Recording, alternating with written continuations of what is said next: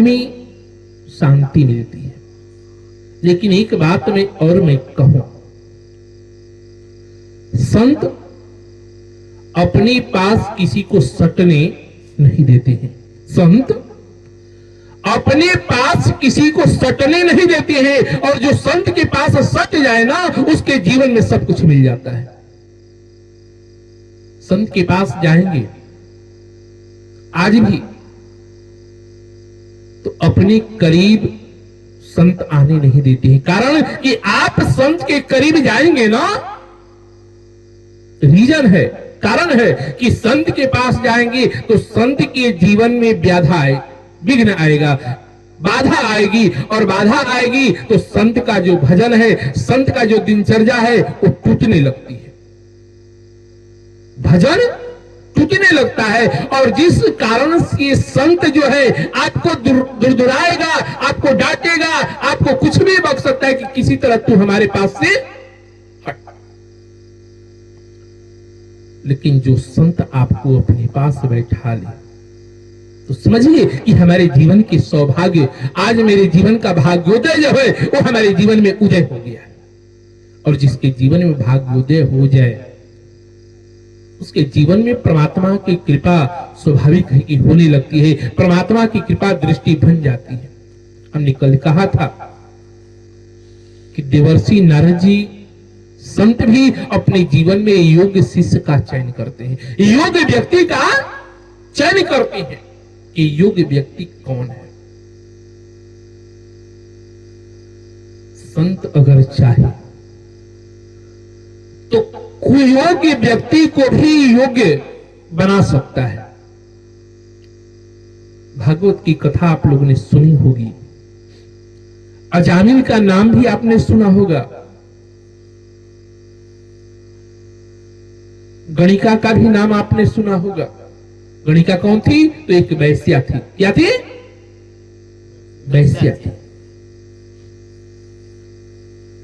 अजामिल पहले तो बहुत ही धर्मात्मा था, बहुत ही ज्ञानी था, बहुत ही विद्वान था, लेकिन अजामिल भ्रष्ट हो गया। अपने सुयोग्य पत्नी को घर से निकाल दिया, अपने सुयोग्य पुत्र को घर से निकाल दिया और गणिका के साथ अपने घर में रहने लगा। लेकिन जब वही गणिका के दरवाजे पे जब संत महात्मा गए, जैसे आपके गांव में कोई संत महात्मा हमेशा इस मार्ग से तीर्थाटन हो और हमेशा जब आने लगता है, संत महात्मा आने लगते हैं, तो गांव में हर तरह के व्यक्ति होते हैं ना। कोई संतों की सेवा भी करता है और कोई संतों का उपहास भी उड़ाता है। गांव की जिस रास्ते पे था वहां संतों का आवागमन, और संत वही जाते हैं जहां संतों की सेवा होती है, और जहां संतों की सेवा न हो ना वहां संत जाते नहीं है। संत महात्मा जा रहे थे, गांव के बाहर कुछ नौजवान बैठे थे, संतों को देख करके उपहास करने लगे। संतों ने पूछा कि भाई इस गांव में कोई वैष्णव व्यक्ति है?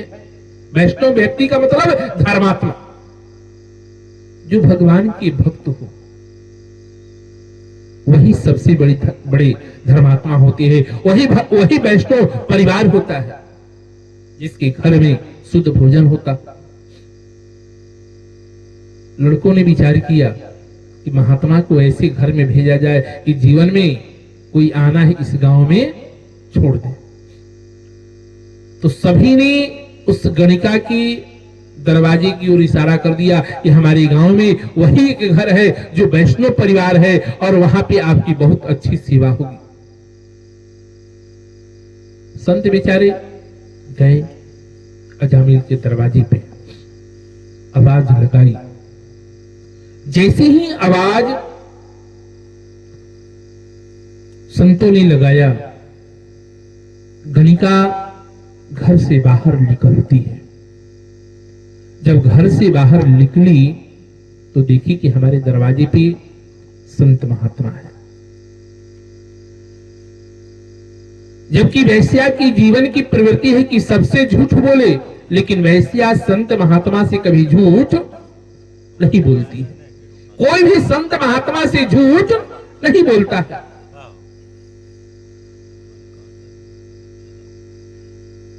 गणिका जब निकल करके दरवाजे पे देखी कि हमारे दरवाजे पे संत महात्मा है, हाथ जोड़ करके खड़ी हुई कि प्रभु आप आदेश कीजिए। महात्माओं ने कहा कि बेटी, हम वृंदावन जा रहे हैं और आज का रात्रि विश्राम जो है आज हम तुम्हारे यहां करना चाहते हैं, यहीं पे करना चाहते हैं, और आज हमारे ठाकुर जी का भोग प्रसाद जो है ये तुम्हारे यहां ही बनेगा। गणिका के नेत्रों से अश्रु की धारा फूट पड़ी। संतों ने पूछा कि बेटी बात क्या है, तेरी आंखों से ये अश्रु की धारा क्यों फूट रही है? गणिका ने कही कि महाराज, मैं सबसे तो झूठ बोल सकती हूं, लेकिन आपसे मैं झूठ बोलने वाली नहीं हूं। रीजन क्या है, कारण क्या है? गणिका ने कही कि महाराज मैं एक वैश्या हूं। क्या हूं? एक वैश्या हूं, और वैश्या के हाथ से कोई जल भी ग्रहण नहीं कर सकता है, और मैं आपकी नियम को भंग कैसे कर सकती हूं? मेरे हाथ का जल भी नहीं ले सकते हैं, मेरा अन्न भी नहीं ले सकते हैं। आज मेरे जीवन की दुर्भाग्य है कि आज आप हमारे दरवाजे पे आए हैं, लेकिन सेवा करना चाहती हूं, लेकिन सेवा करूंगी तो भी आप उस सेवा को स्वीकार नहीं करेंगे। संतों ने कहा कि बेटी कोई बात नहीं।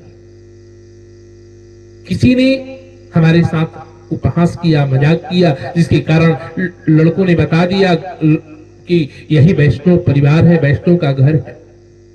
गणिका ने अपने जीवन की पूरी व्यथा महात्माओं से कह दी। संतों ने कहा कि कोई बात नहीं बेटी, हम आगे जाएंगे, आगे ठाकुर जी की भूख लगेगी। गणिका ने कही कि महाराज एक बात मैं आपसे निवेदन करना चाहती हूं। संतों ने कहा कि बोलो बेटी। तो गणिका अपने घर के अंदर जाती है, घर के अंदर जाती है और घर से एक नवीन कपड़ा, नया कपड़ा लेकर के आती है और एक गंदा कपड़ा लेकर के आती है और ला करके संत भगवान से पूछती है कि महाराज आप ये बताइए कि दोनों वस्त्र में किस वस्त्र को मैं धोबी के यहां दूं कि जो धुल जाए? नया वस्त्र तो नया वस्त्र है, उसे धुलने की क्या जरूरत है? संत ने कहा कि बेटी नवीन वस्त्र को थोड़े धोने के लिए भेजा जाता है, ये जो गंदे कपड़े हैं ना, इस गंदे कपड़े को धोबी के यहां तुम भेज दो। गणिका ने कही कि महाराज यही बात तो मैं कहना चाहती हूं कि जो वैष्णव परिवार है उसके जीवन का तो स्वतः कल्याण हो जाएगा, लेकिन मेरे जैसे पतित व्यक्ति का कल्याण कैसे होगा? और जब आप जैसे संत हमारे दरवाजे पे आ जाए और आने के बाद मेरे जीवन का कल्याण न हो तो फिर आपके आने से हमारे जीवन में क्या फायदा?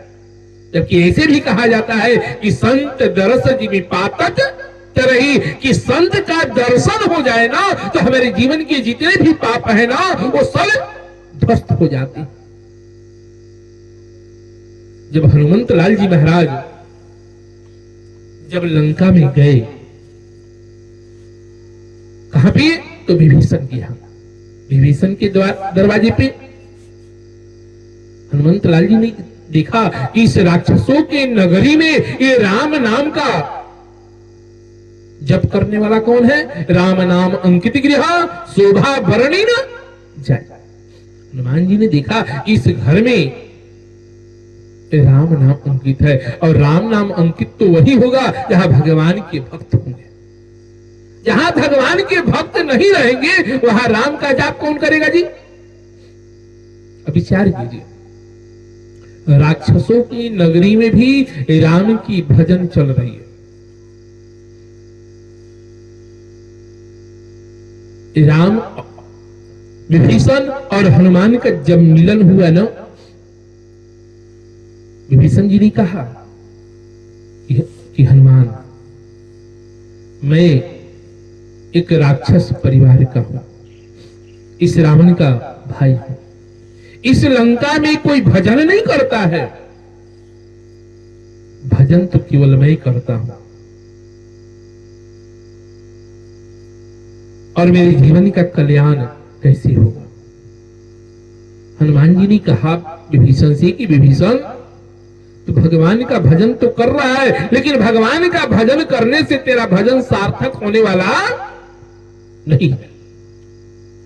भला विचार कीजिए, हम भगवान का नाम लें और नाम लेने के बाद जब मेरे जीवन का कल्याण ही न हो तो फिर भगवान का नाम लेने से क्या फायदा? कोई फायदा है क्या?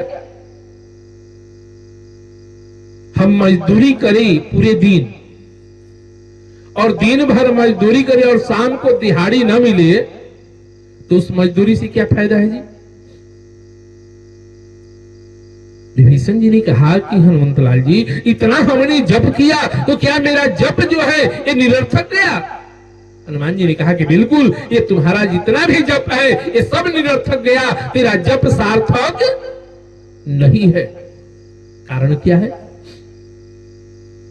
हनुमान जी ने कहा कि जिस मालिक का हम सेवक हों और केवल मालिक के नाम का गुणगान करे और मालिक का काम न करे तो वैसे सेवक को कोई रखेगा क्या? कोई रखेगा? कोई रखने वाला नहीं।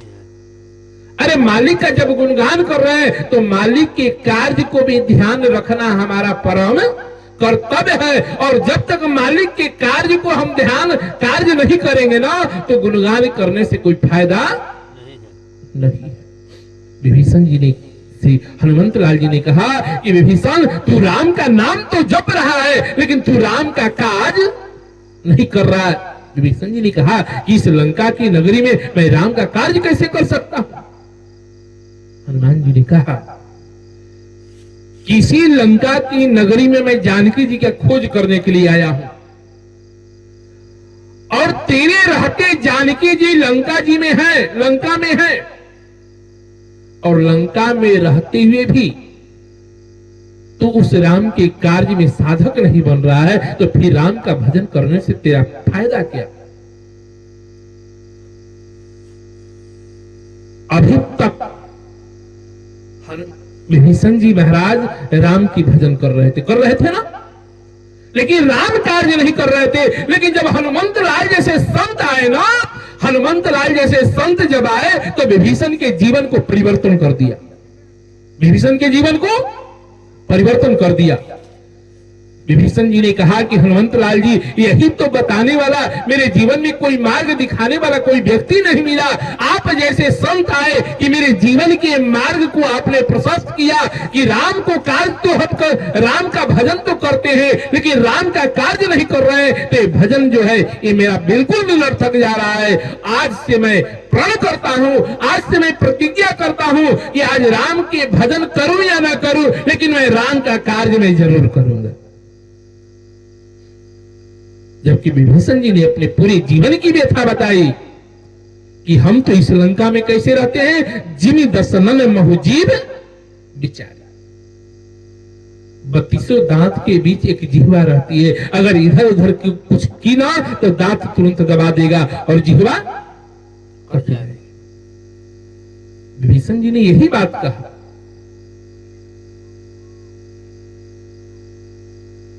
हनुमंत लाल जी ने कहा ये 32 दांत तुम्हारा कुछ बिगाड़ नहीं पाएंगे। अगर एक बार जिह्वा ऐसी शब्द निकाल देना तो पूरी 32 मुंह से बाहर आ जाएगी कि नहीं आएगी? आप बैठे हैं, हम आपको 2-4-10 गाली सुना दे तो मेरा दांत टूटने से कोई रोक सकता है क्या? हनुमंत लाल जी ने कहा कि विभीषण, अगर तू चाहे तो पूरी लंका को तू पलट सकता है, तेरी अंदर सामर्थ्य है, लेकिन तू अपने सामर्थ्य को पहचानता नहीं है, सामर्थ्य को जानता नहीं है। हमने एक जगह बहुत सुंदर शब्द सुना, व्यक्ति का जीवन यही रहता है, व्यक्ति का जीवन यही रहता है। लेकिन जीवन को परिवर्तन करने के लिए कोई मार्ग दिखाने वाला कोई व्यक्ति रहे तो आपके जीवन को परिवर्तन कर देता है। सांड और बैल के विषय में आप लोगों ने सुना होगा, सुना है ना? जब गाय बच्चा देती है तो वो बछड़ा रहता है ना? जबकि सांड की शक्ति असीमित रहती है, सांड की शक्ति असीमित रहती है, लेकिन बैल की शक्ति सीमित रहती है। बैल की असीमित रहती है क्या? बैल को हम जैसे चाहें वो कमान कर सकते हैं ना? लेकिन सांड को कोई कहे कि हम उसको कमान कर ले तो कोई सांड को कमान कर सकता है क्या? कोई नहीं कर सकता है। रीजन क्या है? कारण क्या है?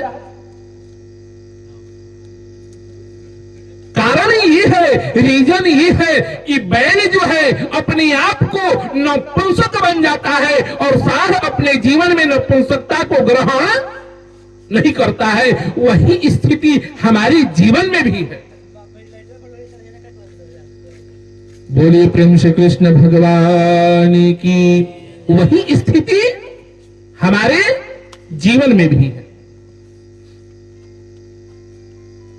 हम अपने जीवन को पहचानते नहीं हैं, हम अपने जीवन को पहचानते नहीं है। हम अपने तेज को दबा के रखे हैं और दबते दबते ऐसा दब गया कि हम अपने आप को भूल गए कि हम क्या है।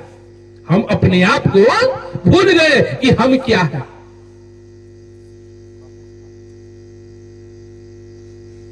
कारण कि हमें कोई प्रोत्साहन करने वाला कोई व्यक्ति नहीं मिला, हमें मार्ग प्रशस्त कराने वाला कोई हमारे जीवन में नहीं मिला, जिसके कारण हम अपने जीवन के उद्देश्य को भूलते गए, अपने जीवन के मार्ग को हम भूलते गए। जितनी बातें हमने कहा क्या सब लोग नहीं जानते हैं? सब लोग जानते हैं। जितनी शब्द हमने कहा वो शब्द आपके जीवन में भरी हुई है, लेकिन फिर भी उस शब्द को हम छूने की कोशिश नहीं करते हैं, छूने की कोशिश नहीं करते हैं, जिसके कारण वो शब्द हमारे जीवन से जीवन के अंदर ही दब गया। लेकिन उसी शब्द को निकालने की कोशिश करते हैं ना, तो वो हमारे जीवन को विकसित करते जाता है। हनुमंत लाल जी ने विभीषण जी को प्रेरित किया, और जब प्रेरित किया ना तो विभीषण जी तुरंत भगवत कार्य में लग गए, और जब से भगवत कार्य में लगे ना तो विभीषण जी के जीवन का परिवर्तन वहीं से शुरू हो जाता है। ठीक उसी तरह अजामिल और गणिका के विषय में संत जी से जब गणिका ने कही कि महाराज आप तो वैष्णव के घर में जाएंगे तो उनके जीवन को कल्याण कर देंगे, लेकिन हम तो पतित हैं और इस पतितों को कौन पावन करेगा? जब आप जैसे संत हमारे जीवन को पावन नहीं कर पाएंगे तो दुनिया के अंदर सामर्थ्य नहीं है कि मेरे जीवन को कल्याण कर सके। जीवन का कल्याण हमारे जीवन में संत ही करते हैं। संत समर्थवान होती है। बोलिए प्रेम से कृष्ण भगवान की। कि श्री राम जय राम जय जय राम, श्री राम जय जय राम, श्री राम जय जय राम, श्री राम हम श्री राम जय जय राम, श्री राम। सभी लोग प्रेम से हम राम राम कह नर मैया हो, बीतल जाता समैया। राम राम कह मैया हो, बीतल जाता समैया। राम राम कह नर मैया हो, बीतल जाता समैया। राम राम मैया हो, बीतल जाता समैया। या जाता समैया भैया जाता समैया जाता समैया भैया जाता समैया भैया जाता समैया जाता समैया भैया या राम राम कहो न रमैया हो बीतल जाता समैया राम राम या राम राम कहो न रमैया हो बीतल जाता समैया राम राम कहो न रमैया या जाता समैया भैया जाता समैया जाता समैया भैया या जाता समैया भैया जाता समैया जाता समैया भैया या राम राम कहो न रमैया हो बीतल जाता समैया राम राम कहो न रमैया या धन दौलत तू कतनो कमैबा धन दौलत तू धन दौलत तू कतनो कमैबा धन दौलत तू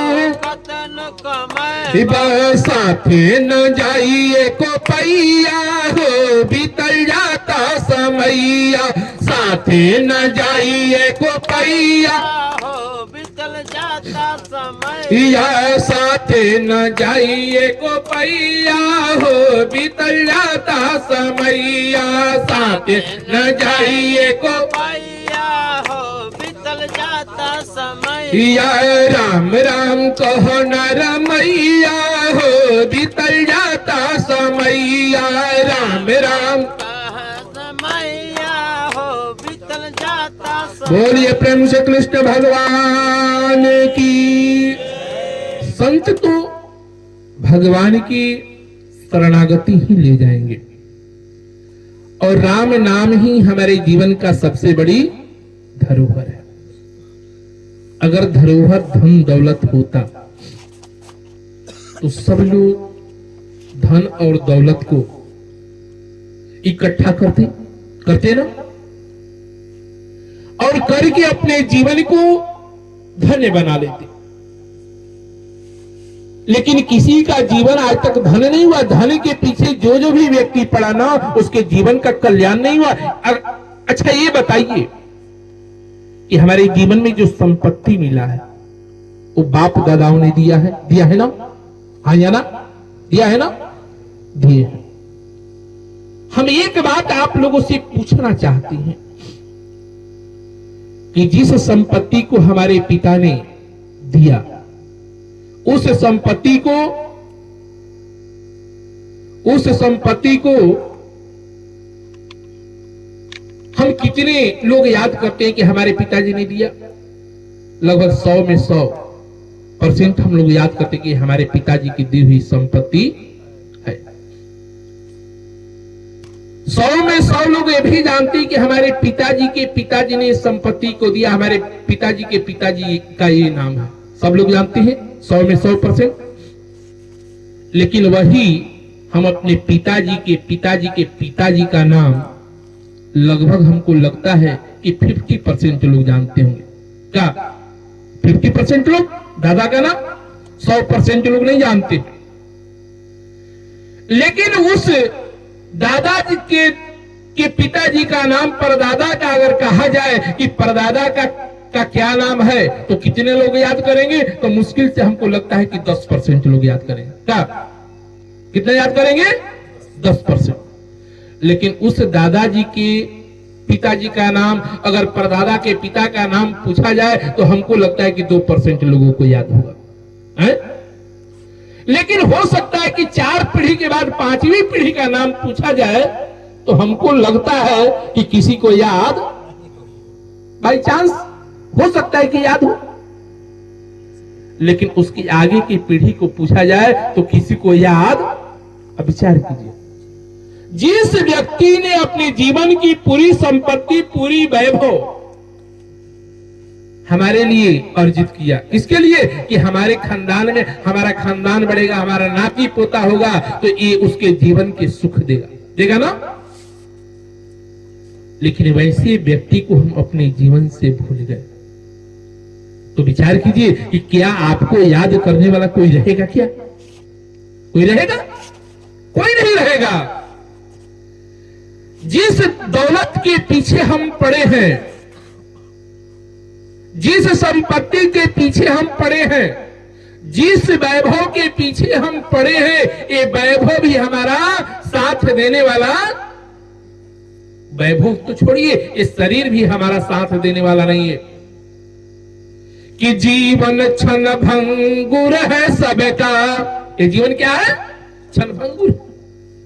हमारा शरीर सही सलामत है, कल हम सुबह आपके सामने मिलेंगे कि नहीं मिलेंगे ये हमको भी पता नहीं है, ये आपको भी पता नहीं है। पता लगा कि सुबह जय सिया राम है।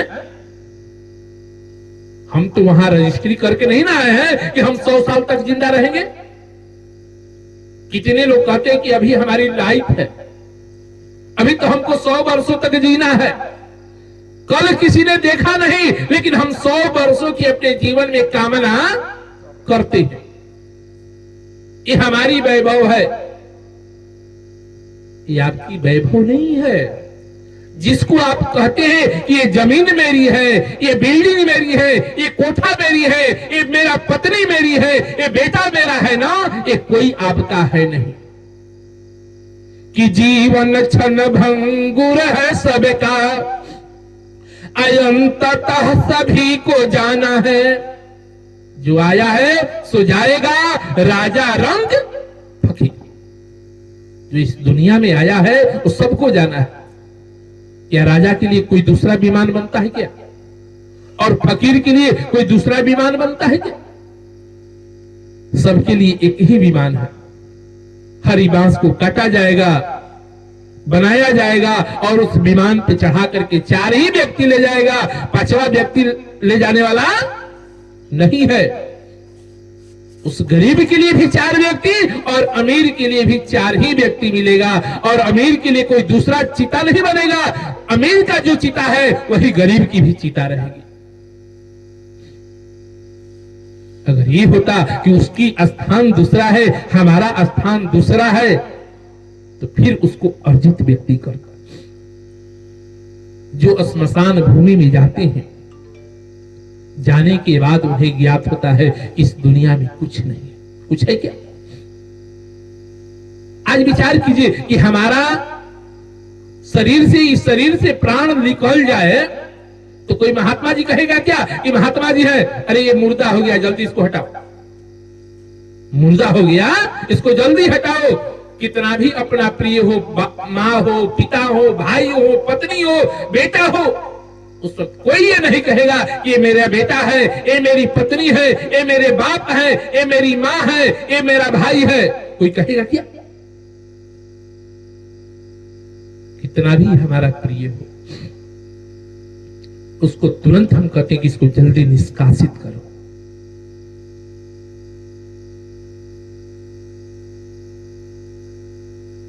जिसके लिए आपने कमाया, जिसके लिए आपने अर्जित किया, जिसके लिए सब कुछ समर्पण किया, लेकिन जब चिता तक लेके जाता है ना, तो चिता तक ये कहा जाता है कि आपने बहुत अच्छा किया, आपने बहुत बुरा किया, ये मर गया तो अच्छा हुआ, ये चला गया तो हम लोग अनाथ हो गए। यही ना कहता है व्यक्ति, और कुछ कहता है? कुछ नहीं कहेगा।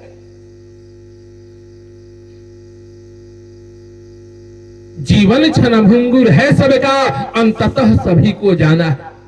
जाने कौन कहां चला जाए, जाने कौन कहां चला जाए, जीवन का कौन ठिकाना है।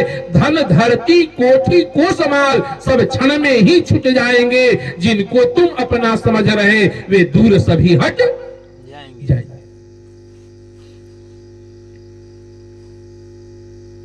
वो तो हो गई बात। आपने संपत्ति बहुत कमाई, करोड़ों अरबों की संपत्ति, वैभव आपने अर्जित कर दिया, ठीक है। और अर्जित करने के बाद आपकी उम्र ढल गई, स्थिति कैसी आ गई कि आपका शरीर ही आपका साथ नहीं दे रहा है। जब खाट पे गिर जाएंगे तो आपका हाथ भी आपके मुंह के पास नहीं पहुंचेगा कि मुख के को थोड़ा साफ कर सके, आंख को साफ कर सके, नाक को साफ कर सके। वैसी स्थिति जब आ जाती है तो व्यक्ति क्या कहता है? जब मुंह पे करिए भिन भिन माछी तो लोगवा कही छुआवो बाछी। जब मुंह पे करिए भिन भिन माछी तो लोगवा कही छुआवो बाछी। कोई कहे कि कर्म भोग, ये अपने कर्म का फल पा रहा है। हमने कितने को तड़पाया, कितने के संपत्ति को हड़प करके हम अपने घर में अर्जित किया। तो यही ना व्यक्ति कहता है कि अपना कर्म फल भोग रहा। जब मुंह पे करिए भिन भिन माछी तो लोगवा कही छुआवो बाछी। कोई कही कि कर्म भोग आ कोई कही कि असाध रोग आ कोई कही कि व्यर्थ दवाई के गोईठा में घी सुखाए। यही ना कहेंगे लोग। अब विचार कीजिए, आपने उस अरबों खरबों को संपत्ति को अर्जित करने के लिए आपने कौन सा कर्म नहीं किया, लेकिन अब आपके जीवन में असाध्य रोग हो गया ना। वही आपका बेटा, वही आपकी बहू, वही आपकी पत्नी कहती कि अभी शरीर में खर्चा करने से कोई फायदा नहीं। अगर मान लीजिए कि हमको कैंसर हो जाए, हमको और हमारे आप परिवार है, हमारे आप परिवार है, हमने अरबों की संपत्ति अर्जित करके आपके लिए हम बनाए हैं, और जब मुझे कैंसर हो जाएगा तो उसी में से कहा जाएगा कि अब इनको दवा कराना बेकार है, जितना कराएंगे रिकवर होने वाला तो कोई कराएगा क्या? जल्दी इस दुनिया से जाए, जल्दी जाए। कहने का मतलब है, हमको कहने का अभिप्राय है कि जिस मिथ्या के पीछे हम दौड़ रहे हैं ना, ये हमारी वास्तविक संपत्ति नहीं है। हमारी संपत्ति क्या है? सबसे बड़ी संपत्ति भगवत नाम की है। भागवतकार कहते हैं कि धनानि भूमो पशुश्च गोष्ठे। घर में गौशाला में सब पड़े रह जाएंगे, ये कोई साथ जाने वाला। धनानि भूमो पशुश्च गोष्ठे नारी गृह द्वारे जना श्मशाने देहश्चितायाम परलोकमाग्रे धर्मानुगो गच्छति जीवैक। जीव के साथ क्या जाता है? तो केवल एक धर्म जाता है, केवल एक कर्म जाता है। आज मान लीजिए हम अच्छा कर्म करके इस दुनिया से चले जाए, इस दुनिया से चले जाए। जैसे हम बाप दादा परदादा को याद नहीं रखते हैं, लेकिन 10 पीढ़ी बीत जाएगी ना तो यही कहा जाएगा कि फलाना व्यक्ति ने एक कार्य किया है, यही कहा जाएगा। 100 वर्ष बीत गया, पैर मोड़ लीजिए, 100 वर्ष बीत गया, 1000 वर्ष बीत गया, लेकिन उसकी कीर्ति मरी।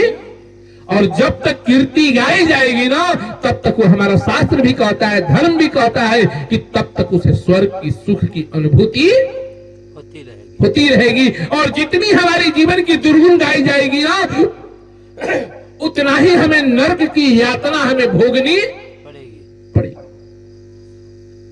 ये तो स्वर्ग नरक हमें अपने आप को हमें बनाना है। लेकिन वही संतों के पास आते हैं ना तो हमारे जीवन के मार्ग जो है प्रशस्त हो जाते हैं, हमारे जीवन में स्वर्ग का रास्ता खुल जाता है। यही बात गणिका ने संत भगवान से कही कि महाराज आप तो सबका कल्याण कर सकते हैं, लेकिन मेरा कल्याण कैसे होगा? मेरा कल्याण कैसे होगा? संत भगवान ने कहा कि जब ऐसी बात है तो आज का विश्राम तुम्हारे ही दरवाजे पे होगी। और संतों ने गणिका के दरवाजे पे विश्राम किया, गणिका के अन्न को प्रसाद को खाया और गणिका के जीवन को कल्याण भी किया। गणिका ने अपने जीवन में, कहा भी जाता है, तोता पढ़ाते गणिका मर गई। तोता को राम राम नष्ट बाकी थी और उसी राम राम के रटने के कारण गणिका के जीवन के जितने भी दुख